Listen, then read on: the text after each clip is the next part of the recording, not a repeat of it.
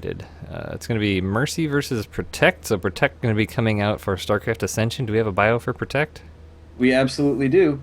So this is going to be a PvP matchup. Protect, like we said, playing for StarCraft Ascension's Team B. And just a second. Oh, my overlays are getting messed up here. There we go. All right. Protect is a longtime player for Team B. He formerly went by one of many and competed with SC or .SCA's A team for about 2 years. Then he took a recent break and has somewhat declined in his ability, so he's rapidly improving his playstyle, but has been put on the B team for now. His goal is to try and replicate the mindset and the training methods of the professionals and hopefully become one himself. Yeah, so correct me if I'm wrong, but I believe the score is 3-2 in favor of Overdose Gaming.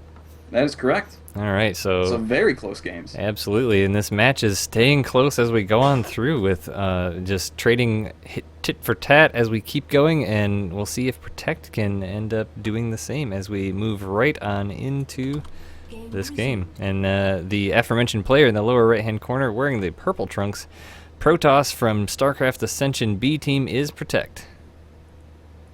And in the bottom left-handed corner, playing incredibly well with multiple prong drops and attacks in the previous game, representing Team Overdosed Gaming, it is Mercy. So a PvP we've got here on Newkirk Precinct, one of the most interesting maps, one of the funnest maps for me. There's just so much cool stuff you can do with the base position here, and that you're so close by air, especially as Protoss, which has such strong air openings, I think. It really can, and typically you see, I've seen a lot of Protoss players do a proxy Stargate on this map as well. Yeah, so many positions you can do that, and players, as we've seen develop throughout the season so far, are just getting those early scout routes onto those common proxy places, because if you can scout that and be prepared for whatever it is, it just puts you on such an amazing footing for the game.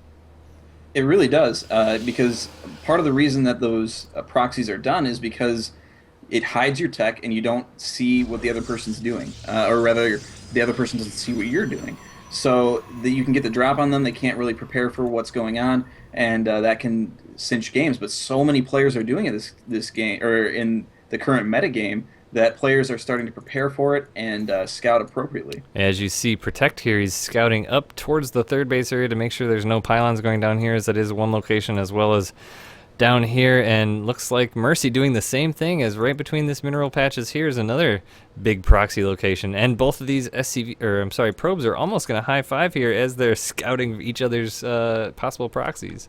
Yep, they see each other going across the map there. But so far, pretty identical builds, identical scouting patterns. Yep, it looks like 3 workers in the gas for both players. So, maybe it looks like we're going to be setting up for a pretty normal game here, as pylons going down in the bases. Both players getting in to get the scout off, seeing very normal things. Yep, nothing too crazy to be seen just yet. But the reason why you scout when things are going is to scout to see if crazy things are going. So... But both players getting their second gas, and both players just scouting, trying to keep a good idea of what the other person is doing. Really trying. I think both players are trying to wait for that cyber core to finish and see what comes down immediately following that.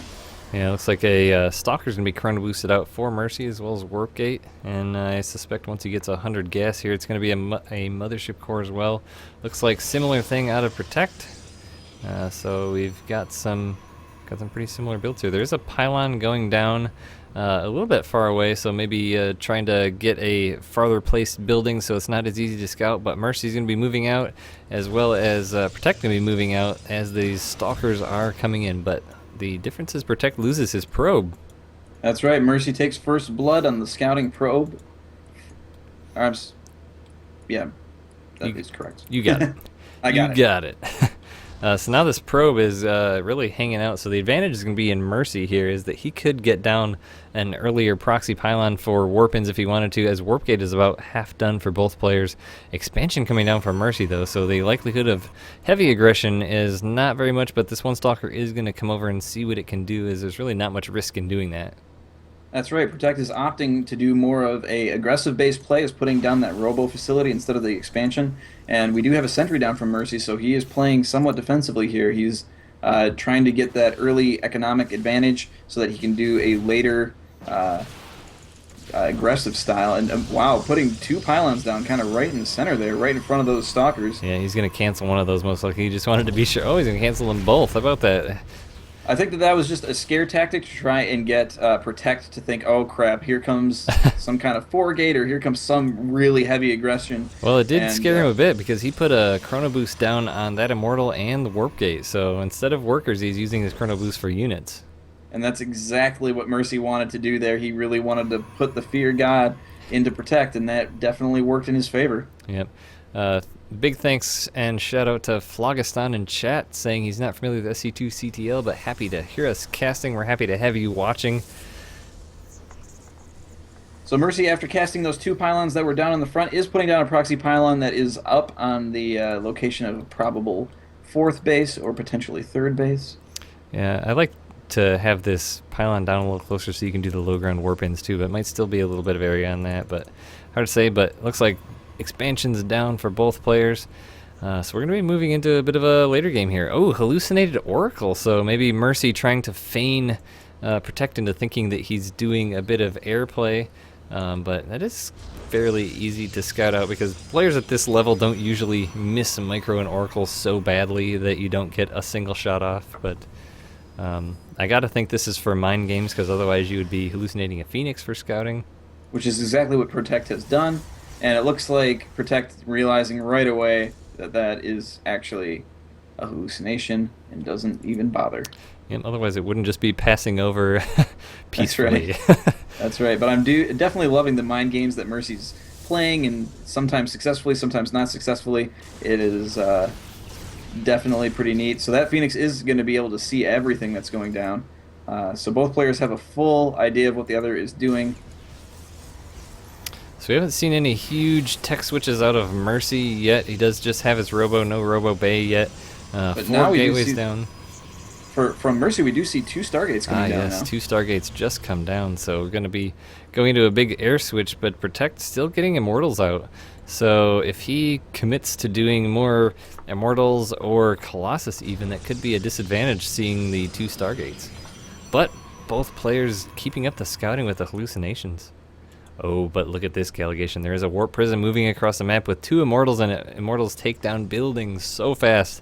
So if Mercy doesn't react to this quickly, he's going to have some big problems. That's absolutely right. And with that Warp Gate right there, he's going to be able to do some crazy micro with those, and that's always fun to watch, the elevatoring of Immortals. I mean, if nothing else, this baits out a Photon Overcharge. I mean, it doesn't really do much exactly what it damage. did. Yeah. But, oh, there's a Hallucinated Warp Prism coming in for Mercy as well. The mind games here are beyond awesome. It looks like Protect also has a couple gateways that aren't morphed into warp gates yet, so the mind game's definitely taking a toll on each other, it looks like, as the control isn't perfect from both players. Now the warp gate's opening for Protect. Yeah, Mercy's just doing a really good job of making his opponent second guess what he's doing. So now we see Hallucinated Phoenix battle going on. As a real Phoenix is now moving forward. Mercy had a little bit of an issue there. He did have a supply block going on for about 30 seconds, so the difference is both of these Void Rays were started at the same time, but one's going to finish about 30 seconds early, so that could be a difference going down the road, but that Warp Prism is still on the field from Protect, moving down to see if there's a 3rd base and possibly pressure this natural, but that Phoenix is going to be in position to shut that down. And Protect does have an observer in the base of Mercy now, so he's getting tired of trying to guess what he was doing based on the hallucinations and actually decides I want to see what is actually happening as opposed to what he wants me to think is happening. So we're going to be moving into some Zealot Archon, it looks like, here for Protect, as Zealot Charge coming down, Templar Archives coming down, no Storm yet, but, since this is a great choice, as Mercy's going for so many Void Rays, Storm is just brutal against a big bunch of Void Rays. And Protect, having great placement on this Warp Prism, is able to see that this Nexus is going down at the 3rd base and is going to be able to deal with that. In the meantime, while Protect was moving forward to put his 3rd base down, he does scout out that pylon of Mercy. And now Protect's army is moving forward to deal with that. This could be a really strong push for Mercy, though. There's only 3 Stalkers in this group, and those Void Rays will take down those 3 Stalkers so fast. So if Mercy can get in here and push this before Protect gets a whole lot more units, just now does have an Archon, so if he waits any longer, he's not going to have too much luck with this push, but it could be brutal if he gets in here. Oh, and hallucinated Archons to spill out the army. I'm loving the mind games. Mercy takes one look and says, nope. He gets on out of there. Yeah, as we look at the vision of that, we missed it there as it was a little close, but you move in, you see, what, 6 Archons? You're like, holy crap. While that was going on, Protect did have a single Zealot in the 3rd base of Mercy trying to do some damage to that Nexus, but Mercy did warp in a few Zealots to deal with it, and Protect was forced to lift that Zealot up and get it out of there. The mind games of that actually are quite impressive, as really the only counter to Zealot Archon is Zealot Archon. So seeing that many Archons, Mercy immediately put down a Templar Archives of his own, started charge, as well as upgrades. So I mean, he's trying to catch up to Protect's tech path. Mercy's Phoenix has now found the Warp Prism of Protect and is doing some damage to it. It is not currently being looked at by Protect, so it may fall. Yeah, it looks like the Stargate's now largely going unused by Mercy, as he's counting more on going towards the Templar as he does morph in 2 Archons of his own, hallucinates a couple Phoenix to go out and catch up on what Protect is doing, and he's going to be interested to see as he comes into these Phoenix, there's 2 less Archons now than there was when I pushed. Yeah, definitely getting the realization that some of those were probably hallucinated.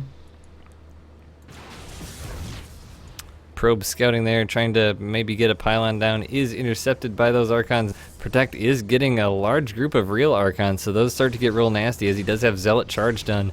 All those Archons done. I don't think he's gotten too many upgrades down, though. He does have only +1 attack, but Mercy doesn't have any upgrades either, so very low upgrades for both players. Yeah, both players have been playing very slim, just focusing on army more than upgrades, and trying to get those expansions down while harassing and trying to trick the other player. Now Mercy does have Archons of his own, but I mean the food counts are very similar here. The army supply is identical, so this is going to be an interesting battle if this does come through. It really depends on the positioning of those Void Rays and if he target fires them and what he target fires. And this is kind of a fun little army composition to look at. Definitely unconventional and definitely indicative of a switch. Kind of in the middle of what their idea of doing was, but this hallucinated Phoenix does go in, gets the scout on where that army is. Now Mercy doing the same thing, hallucinating a Colossus and 4 more Void Rays, so mind games galore. Another hallucinated Phoenix is going in. Oh, and a lot of Zealots and a couple Look at this positioning of Protect. He's going to be getting a huge concave on this force. Oh, those Void Rays not targeting exactly what they want. The Archons are doing a ton of damage. Getting in here, he's going to be starting taking shots on these Void Rays. Time warps go down. Immortal's doing massive damage to the ground forces of Mercy. This is going in Protect's favor in a massive way. It really is those Immortals doing tons of damage. Now what's left are pretty much the hallucinated units. Mercy does have a single or 2 Archons that are actually real there. And now everything gets cleaned up, and it's clear to see that... Wow, that really turned around, because it turned out pretty even. Both players left with almost nothing. So now as we look at the compositions again, they still are pretty even. 2 Archons, a 3rd Archon coming in for Mercy, a few Zealots, a couple Templars. So we're going to see a round 2 of this fight here, Gallegation. Oh, we absolutely are, but Mercy is able to reinforce his army so much stronger than Protect has thus far, and he's really going to want to boost that army composition if he's going to want to be able to hold this off. This little structure here in the center is like the Achilles heel of all these attacks. And those players both playing a little ring around the rosy. A huge time warp going down. That is going to be huge in Mercy's favor. Hunting down so many of these units. 4 Archons to the 2 of Protect. This is not going well for Protect. Dancing his Zealots in the middle of the battle, knowing that this is going heavily in his favor. Yeah, that huge warp in his Zealots that he made right before that engagement was the biggest thing he could have done, because those Zealots got huge surrounds on those Archons. Yeah, he was really able to do massive damage without losing much of his own things. So now the Archon's going to be moving in, and there's really not much here to hold it off. There's 1 Archon being morphed in, a few Zealots, and that's going to be GG. So, just the mind games of PvP are just really fun to watch. Both players, it's hard to tell exactly, from the observer perspective, exactly how tricked into it they were, but you could tell it seemed like a couple times, when those Archons were hallucinated, that Mercy was like, I don't want anything to do with this. Yeah, no, and he then definitely got out of there. and then this conversely, when those Void Rays were hallucinated, it also threw Protect for a bit of a loop as he, made him hesitate on pushing in for a second. Yeah, definitely a lot of fun mind games, and why not when you've got a unit that can produce a fake version of any real unit that you could potentially make. Definitely a fun little mechanic that was exploited to the maximum of its utility in the previous game. A lot of fun to watch. Well, why not? Because it soaks up damage too, right? It really does, and that was, one of the utilities that was used in that game. Very, very cool play by both players. A lot of fun for PvP. Not to say that it's not always fun. I definitely enjoy